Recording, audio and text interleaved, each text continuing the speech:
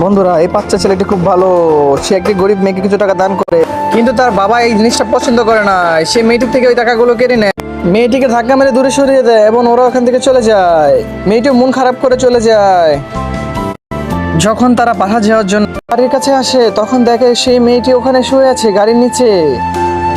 এটা দেখে লোকটি মেয়েটির সাথে খুব খারাপ ব্যবহার করে এবং ওখান থেকে উঠিয়ে দেয়।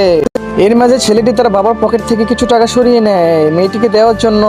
সে নিজের জুতাগুলো ওখানে রেখে জুতার নিচে টাকাগুলো রেখে দেয় এবং গাড়িতে উঠে যায়। এদিকে মেয়েটি মন খারাপ করে ওখানে বসে থাকে। সে মনে মনে ভাবতে থাকে, আমাকে কেন উপরওয়ালা এত গরিব বানালো, আজকে সবাই আমার সাথে খারাপ ব্যবহার করছে।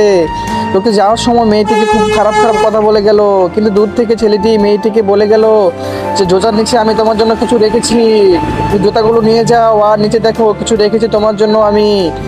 তখনই মেয়েটি জুতার কাছে যায় এবং চিন্তা করছে যে জুতাগুলো আমার জন্য রেখে গেল, আর জুতার নিচে কি রেখেছে আমি দেখি। তখনই মেয়েটি দেখতে পায় জুতার নিচে অনেকগুলো টাকা রেখে গেছে ছেলেটি।